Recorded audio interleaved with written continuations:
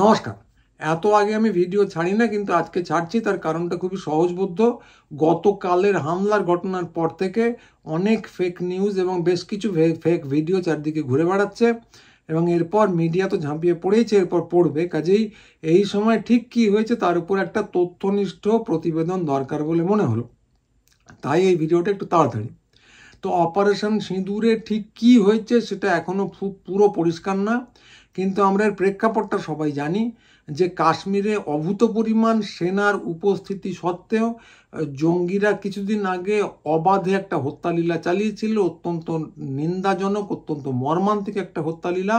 এবং তারপর প্রায় অবাধে সেনার প্রভূত উপস্থিতি সত্ত্বেও তারা এলাকা ছেড়ে হাওয়া হয়ে যায়।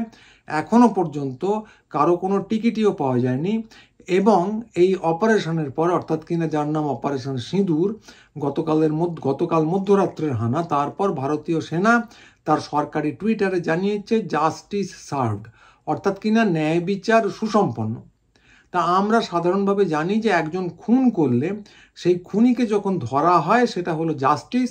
ধরতে না পেরে যদি তার বন্ধু বান্ধবকে ধরে ঠ্যাঙানো হয় বা পাড়ায় হামলা করা হয়, সেটা প্রতিশোধ নিশ্চয়ই হতে পারে, কিন্তু ন্যায় বিচার নয়।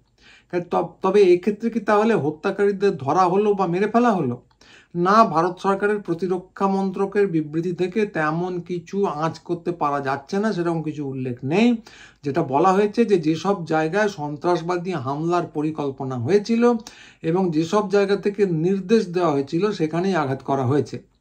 অর্থাৎ যে প্রত্যক্ষ অংশগ্রহণকারী কোনো জঙ্গিকে মেরে ফেলা হয়েছে এমন নয়, এখনও হত্যাকারীরা অধরা, এটা আন্দাজ করাই যায়। যেমন অধরা পুলওয়ামার চক্রান্তকারীরা। কেবল কিছু বাড়ি ঘরদোরের উপর হামলা হয়েছে এবং এটাকেই বলা হচ্ছে ন্যায় বিচার সুসম্পন্ন, এবং এটাকে বেশ ঢাকঢোল পিটিয়ে প্রচার করা হচ্ছে।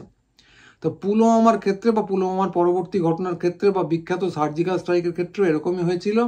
তবে এক্ষেত্রে যে শুধু বাড়ি বা পাইন গাছের উপর হামলা হয়েছে তা নয়। ভারতীয় প্রতিরক্ষা মন্ত্রকের বিবৃতি থেকে জানা যাচ্ছে যে মোট 9টি জায়গায় জঙ্গি পরিকাঠামো লক্ষ্য করে আঘাত করা হয়েছিল। সবকটাই কিন্তু পাক অধিকৃত কাশ্মীরে নয়। অন্য সূত্র থেকে CNN থেকে জানা যাচ্ছে যে পাঞ্জাবের জনবহুল জায়গাতেও কিছু আঘাত করা হয়েছে। তো তাতে অবশ্যই কিছু ক্ষয়ক্ষতি হয়েছে, পাইন গাছের থেকে বেশি কিছু ক্ষয়ক্ষতি হয়েছে। সেটা কি এখনো পর্যন্ত CNN বলছে, ভিডিও যখন বানাচ্ছি, যে 3 জন মৃত। পাকিস্তানি সংবাদ মাধ্যম জানাচ্ছে 8 জন মারা গেছে এবং জানা যাচ্ছে তার মধ্যে একজন শিশু এবং একজন কিশোরী। শিশুর বয়স 3, কিশোরীর বয়স 16, সবাই বেসামরিক। ভারতীয় প্রতিরক্ষা মন্ত্রকের বিবৃতি অনুযায়ীও কোনো সামরিক লক্ষ্যবস্তু ছিল না, ফলে সংখ্যাটা যাই হোক ক্ষয়ক্ষতিটা বেসামরিকই হওয়ার কথা। তো ভারতীয় সরকারের দাবি অনুযায়ী এদের সঙ্গে সন্ত্রাসবাদের একটা সরাসরি সম্পর্ক ছিল। পাকিস্তান সরকার এদের সঙ্গে সন্ত্রাসের কোনো রকম যোগ স্বীকার করেনি। এবার পাকিস্তান সরকার তো ঠিক সত্যবাদী যুধিষ্ঠির নয়, ফলে তারা যে সত্য কথা বলছে ভেবে নেওয়ার কোনো কারণ নেই এবং আন্তর্জাতিক সংবাদ মাধ্যমের রিপোর্টের জন্য অপেক্ষা করতে হবে ঠিক ব্যাপারটা কি জানার জন্য। তবে যেটুকু বলা যায় যে একজন শিশু তো ঠিক সন্ত্রাসবাদী নয়, এটা বলতেই পারি আমরা। এবং তার মৃত্যুর খবর জেনে বা কিচ্ছু না জেনেই যারা উল্লাস করছেন, কেন করছেন বোঝা ভার। কারণ একজনও অপরাধী এখনো পর্যন্ত মারা গেছে বলে জানা যায়নি। অন্য কিছু লোক মারা গেছে, কিন্তু তাদের মৃত্যুতে অপরিচিত মানুষের উল্লাস করার কোনো কারণ আমি অন্তত খুঁজে পাচ্ছি না। উল্টো দিকে আরেকটা খবরও পাওয়া যাচ্ছে যে ভারতীয় আক্রমণ খুব মসৃণ হয়েছে এমন না। এটা বিদেশি সংবাদ মাধ্যম এবং কিছুটা পাকিস্তানি সংবাদ মাধ্যম থেকে জানা যাচ্ছে। ব্লুমবার্গ এবং ট্রিবিউন এরা জানিয়েছে যে ভারতীয় 5টি বিমানকে গুলি করে নামানো হয়েছে, পাকিস্তানি সেনা নামিয়েছে। অন্য 2-1 সংবাদ মাধ্যম থেকে জানা যাচ্ছে সংখ্যাটা 2 বলে দাবি করা হয়েছে। ব্লুমবার্গ লিখেছে ভারতীয় সেনার 1 বা একাধিক জনকে বন্দীও করা হয়েছে এবং ভারতীয় একটি ব্রিগেডের হেডকোয়ার্টার ধ্বংস করে দেওয়া হয়েছে বলে কিছু একটা রিপোর্ট এসেছে ব্লুমবার্গে। তো এর সবকটা নিশানাই সামরিক, কিন্তু এর সত্য মিথ্যা যাচাই করার কোনো উপায় নেই, কারণ প্রত্যেকটাই দাবি আকারে আন্তর্জাতিক মাধ্যমে এসেছে। আবারও পাকিস্তান সরকার তো সত্যবাদী যুধিষ্ঠির নয়, ফলে তারা মিথ্যে কথা বলতেই পারে এবং এর সত্য মিথ্যা জানতে গেলে একটু অপেক্ষা করতে হবে। সত্যি হলে ব্যাপারটা ঢাকা থাকবে না, যেমন পুলওয়ামা বা তার পরবর্তী ঘটনার সময় থাকেনি। যদি সত্যি হয় তাহলে ভারত সরকারের মুখ পুড়বে, আর খবরটা যদি সম্পূর্ণ মিথ্যে হয়, দাবিগুলি যদি সম্পূর্ণ মিথ্যে হয়, বলা বাহুল্য, পাকিস্তান সরকারের মুখ পুড়বে। তবে সত্যি মিথ্যে এখানে যাই হোক, একটা ব্যাপার একদম ঠিক, যে এটা সেই বিখ্যাত সার্জিক্যাল স্ট্রাইক বা পুলওয়ামার ঘটনার পরবর্তীতে যা হয়েছিল তার থেকে অনেক অনেক বেশি গুরুতর। তার প্রথম কারণ হচ্ছে এখানে বেশ কিছু মানুষের মৃত্যু হয়েছে। ওখানে মারা গিয়েছিল, ওই বিমান হানার পর মারা গিয়েছিল কয়েকটি পাইন গাছ কেবলমাত্র। এখানে মানুষরা মারা গেছেন, ফলে এটা একটা গুরুতর ব্যাপার, তুলনামূলকভাবে গুরুতর ব্যাপার। দ্বিতীয় গুরুতর যে ব্যাপারটা সেটা হচ্ছে হানা হয়েছে পাক অধিকৃত কাশ্মীরের এলাকার বাইরেও। তো বিভিন্ন সংবাদ মাধ্যম থেকে জানা যাচ্ছে ভারত সরকারের প্রতিরক্ষা মন্ত্রক এখনো পরিষ্কার করে বলেনি কোথায় আনা হয়েছে, কিন্তু সিএনএন জানাচ্ছে যে জনবহুল পাঞ্জাবেও কিছু পরিমাণে হানা হয়েছে কয়েকটা জায়গায়। এটা গেল দ্বিতীয় কারণ। এবং তৃতীয়টাই হলো আসলে সব থেকে গুরুত্বপূর্ণ, পাকিস্তানি সংবাদ মাধ্যম জানাচ্ছে যে হামলা হয়েছে মসজিদে।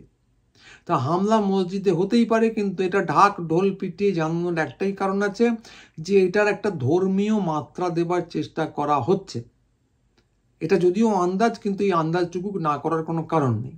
এবং উল্টো দিকে ভারতীয় সেনাবাহিনী রীতিমতো পোস্টার বানিয়ে বাজারে ছেড়েছে, তাদের টুইটার অ্যাকাউন্টে আপলোড করেছে। কোনো যুদ্ধ অভিযানের পোস্টার সেনাবাহিনী তাদের সরকারি মাধ্যমে সরকারি উদ্যোগে তৈরি করে বাজারে ছাড়ছে, টুইটারে ছাড়ছে, সমাজ মাধ্যমে ছাড়ছে। এটা হয়তো এর আগে ঘটেও থাকতে পারে, কিন্তু আমি এটা প্রথম দেখলাম। এবং এই অপারেশনের নাম দেওয়া হয়েছে অপারেশন সিঁদুর, এবং তার একটা পোস্টার বানিয়ে ছাড়া হয়েছে। সিঁদুর পড়েও যদি বোঝা না যায়, তাহলে পোস্টারে সিঁদুরের কৌটোর ছবি স্পষ্ট করে এঁকে দেওয়া হয়েছে। ফলে ধর্মীয় মেরুকরণের ছক যে আছে একটা, সেটা পরিষ্কার বোঝা যাচ্ছে। এবং খুবই দুর্ভাগ্যজনক, ভারতীয় সেনাবাহিনী তারা অত্যন্ত বীরত্ব দেখাচ্ছে ময়দানে, কিন্তু পোস্টার হিসেবে এটা বাজারে ছাড়ছে, যেখানে একটা ধর্মীয় মেরুকরণের ছাপ স্পষ্ট। ফলে ধর্মীয় মেরুকরণের ছাপটা দুই দিকেই স্পষ্ট, দুই রাষ্ট্রের দিকেই স্পষ্ট। ওপারে মসজিদ খতরে মে, এপারে হিন্দু খতরে মে। ফলে হিন্দু খতরে মে বলে যে একটা হুঙ্কার উঠেছিল কিছুদিন ধরেই ওই পহেলগামের ঘটনার পর, মেজর ময়ূখ, আপনাদের চিরপরিচিত মেজর ময়ূখ যখন ধর্মনিরপেক্ষতাকেই অস্বীকার করে ফেলছিলেন, এখন বোঝা যাচ্ছে যে সেটা সম্ভবত আন্দাজ পাওয়া যাচ্ছে যে এটা একই সূত্রে বাঁধা। আবারও বলছি, এগুলো আন্দাজ, এটা খবর নয়, কিন্তু মোটামুটি যৌক্তিকভাবে এই আন্দাজটুকু করা যাচ্ছে। ধর্মনিরপেক্ষ ভারতবর্ষের ধর্মনিরপেক্ষ সেনাবাহিনী তাদের সরকারি টুইটারে সিঁদুর আঁকা পোস্টার দিচ্ছে, এটা কিন্তু বেশ বিপজ্জনক একটা ব্যাপার। এটা দেখে এবং কিচ্ছু না জেনে, কোথায় কি হয়েছে না জেনে যারা উল্লাস করছেন কিংবা সুবিধাজনক নিরাপত্তা পালন করছেন, তাদের কিন্তু মনে রাখা উচিত যে এই সিঁদুরে মেঘ দেখা যাচ্ছে। এটা দেখেও যদি কেউ উল্লাস করতে থাকেন এবং কোনো উদ্বেগ প্রকাশ না করেন, তাহলে তারা নিজেদের ধর্মনিরপেক্ষ না বলে গদি মিডিয়ার সাক্ষাৎ শিষ্য বলে প্রকাশ্যে দাবি করতে পারেন। তো এই যে পোস্টারটার কথা বললাম, আমি যা বললাম তার সঙ্গে মিলিয়ে দেখে নিতে পারেন আপনারা। এটা এই ভিডিওর থাম্বনেলে দেওয়া আছে, মিলিয়ে দেখে নেবেন। এবং যদি মনে হয় উদ্বিগ্ন হওয়ার, তাহলে উদ্বিগ্ন হবেন। আর যদি মনে হয় উদ্বিগ্ন হওয়ার কিছু নেই, নিশ্চয়ই হবেন না। এটা আমার ব্যক্তিগত বিবেচনায় আমি বললাম, বাকিদের উপর আমি ছেড়ে দিচ্ছি। তো এই হলো এখনকার মতো খবর। উল্লাসের খুব কারণ আছে বলে দেখতে পাচ্ছি না। একটা মর্মান্তিক ঘটনা ঘটেছিল পহেলগাঁওয়ে, তারপর অনেক দিন কেটে গেছে, একজনও অপরাধী ধরা পড়েছে বা মারা গেছে বলে এখনো পর্যন্ত জানা যাচ্ছে না। যারা মারা গেছে তারা হয়তো অন্যরকম চক্রান্তকারী, কিন্তু যারা আঘাত করেছিল, যারা এতগুলো মানুষকে মর্মান্তিকভাবে খুন করেছিল, যাদের শাস্তি হওয়া অত্যন্ত জরুরি একটা বিষয় ছিল, তাদের কেউ এখনো পর্যন্ত ধরা পড়েনি। যেমন ধরা পড়েনি পুলওয়ামার ঘটনার যারা প্রত্যক্ষ অপরাধী। ফলে উদ্বেগের একটা ব্যাপার আছেই। মিডিয়ায় যা ছড়িয়ে পড়ছে, সেরকমভাবে প্রতিকার, প্রতিশোধ এবং সুবিচার সত্যি সত্যি বোধহয় এখনো পাওয়া যায়নি। তো এখনকার আপডেট এই, হয়তো আগামীকাল জানা যাবে যে সত্যিকারের সুবিচার পাওয়া গেছে, সেক্ষেত্রে নতুন একটা ভিডিও করব। আপাতত এইটুকুই। এই অবস্থায় ভালো থাকা যায় কিনা জানি না, তবে আপনারা চেষ্টা করবেন ভালো থাকতে। আজকের ভিডিও একটু ছোট হলো, কিন্তু আজকের আপডেট এইটুকুই, এর বেশি কিছু দেওয়ার নেই। ফলে এখানেই শেষ করছি। যারা নতুন দেখলেন তারা অবশ্যই গুরু চ্যানেলটি সাবস্ক্রাইব করবেন, কারণ এভাবেই আমাদের বার্তা নানা দিকে ছড়িয়ে পড়ে। আজকের মতো এখানেই শেষ করলাম। নমস্কার।